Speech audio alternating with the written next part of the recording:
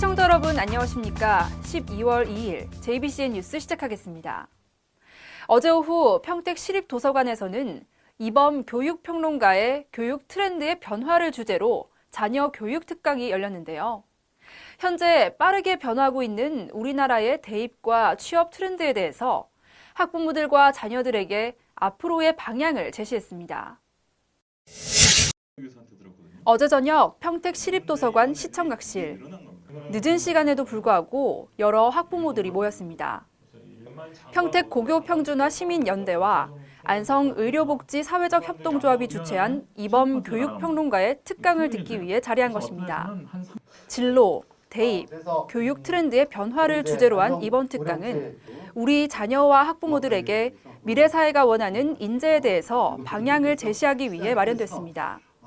일단 우리 학부모님들께서 최근의 입시 경향이라든지 앞으로의 미래 사회에서 필요한 인재는 과연 어떤 인재인가에 대해서 우리 좀 학부모님들이 잘 모르실 수 있기 때문에 또 이범 선생님 강연이 오늘 그런 차원에서 크게 도움이 되리라고 믿습니다. 이날 특강에서 이범 평론가는 일본식 교육 패러다임만을 쫓아 재미없는 교육을 비효율적으로 장시간 소화해야 하는 우리 사회에 대한 반성과 함께 기쁨과 동기가 부여되는 교육을 강조했습니다. 자녀들을 어떤 대학에 보낼지, 취업은 어떻게 준비해야 할지 걱정을 안고 있던 학부모들은 청강을 통해 어느 정도 고민들을 해소하기도 했습니다.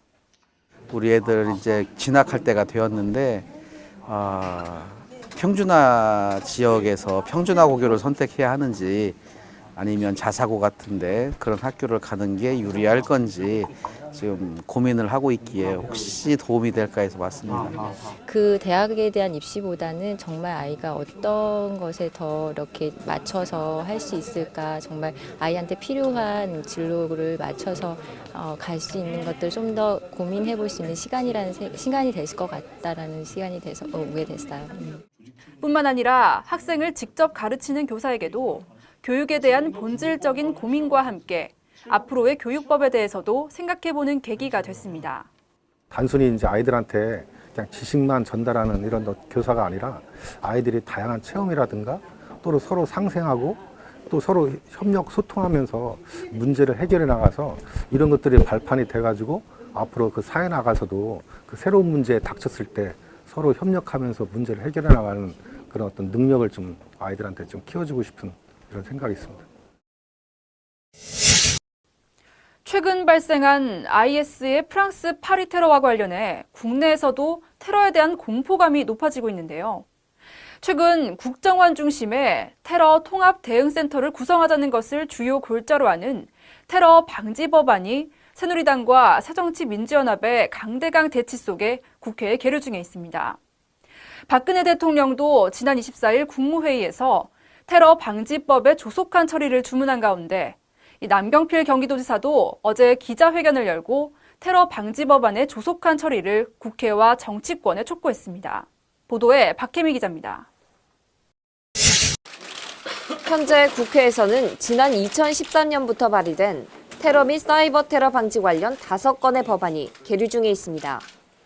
이들 법안의 골자는 테러 관련 정보 수집과 분석 등을 위해 국가정보원장 소속의 대테러센터를 두는 것입니다. 남경필 경기도지사는 어제 오전 도청 브리핑룸에서 기자회견을 열고 지금이 테러 방지 법안 처리를 위한 골든타임이라며 관련 법안의 조속한 처리를 국회와 정치권에 촉구했습니다. 남 지사는 기존 대통령 훈령은 관련 기관의 책임성이 미흡한 데다 지방정부의 역할이 전혀 반영되지 않았다며 가장 심각한 점은 컨트롤 타워가 명확하지 않다는 것이라고 지적했습니다. 대통령 훈령 제47조에 기반한 훈령 제337호 국가 대테러 활동 지침을 바탕으로 하고 있습니다. 해당 훈령에는 관련 기관의 책임성이 미흡하게 규정되어 있습니다. 가장 심각하게 느끼는 문제점은 컨트롤 타워의 부재입니다. 지방정부의 역할이 중요해진 현 시점을 보면 그러한 상황을 전혀 반영하고 있지 못합니다.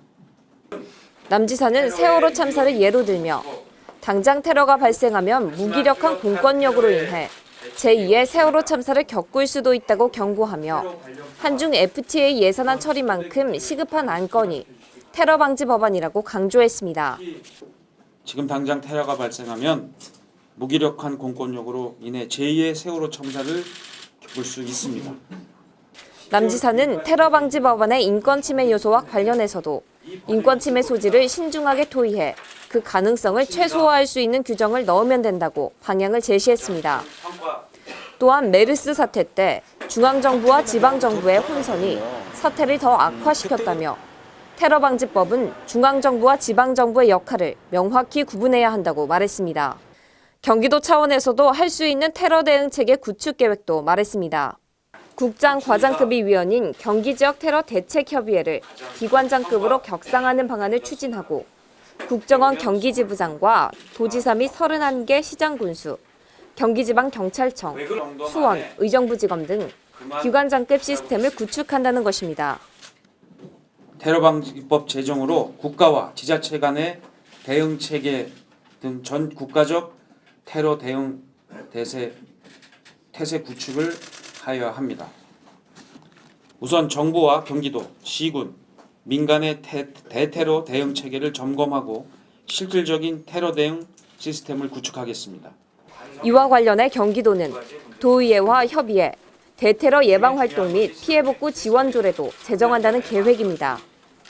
조례는 대테러 예방 활동의 제도적 기반은 물론 테러로 인해 피해를 본 도민과 도내 주요 생활기반 시설에 대한 신속한 복구와 피해 지원 등의 내용을 담게 됩니다. JBCN 뉴스 박혜미입니다. 네, 다음은 간추린 소식 전해드리겠습니다.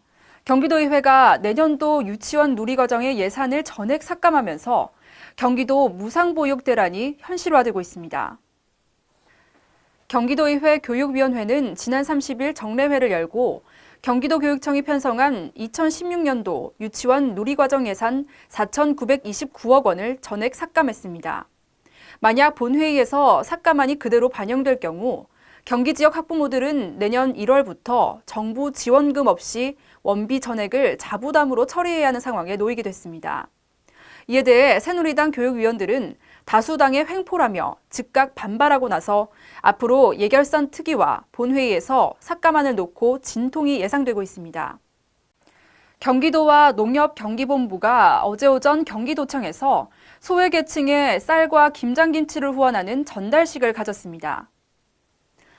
이날 행사에는 이기우 경기도 사회통합부지사와 오경석 농협경기지역본부장 등이 참석했으며 쌀 400포와 김장김치 2톤은 경기 북부 10개 시군의 저소득층과 독거노인 등 소외계층에게 도 사회복지협의회 기초푸드뱅크를 통해 전달됩니다.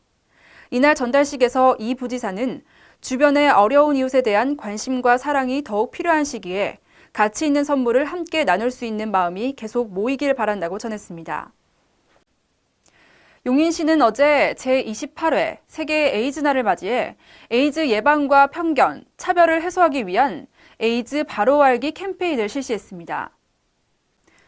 용인시의 3개구 보건소는 명지대학교와 기흥역, 죽전역, 수지구청 광장 등 유동인구가 많은 곳에서 시민들을 대상으로 에이즈 바로 알기 캠페인을 전개했으며 관내 고등학교 학생들을 대상으로 에이즈 예방법과 편견 해소를 위한 교육 등을 실시했습니다. 보건소 관계자는 이번 캠페인과 교육을 통해 에이즈에 대한 인식을 바로잡는 기회가 되길 바란다고 전했습니다. 오늘 수도권을 중심으로 오후에는 전국적으로 비가 오겠습니다. 특히 밤부턴 찬 공기가 밀려오면서 목요일에는 비가 눈으로 바뀌어 내리는 곳이 많겠습니다. 금요일부터는 다시 영하권의 날씨가 이어질 전망입니다. 지금까지 진행의 김윤희였습니다. 시청해주신 여러분 고맙습니다.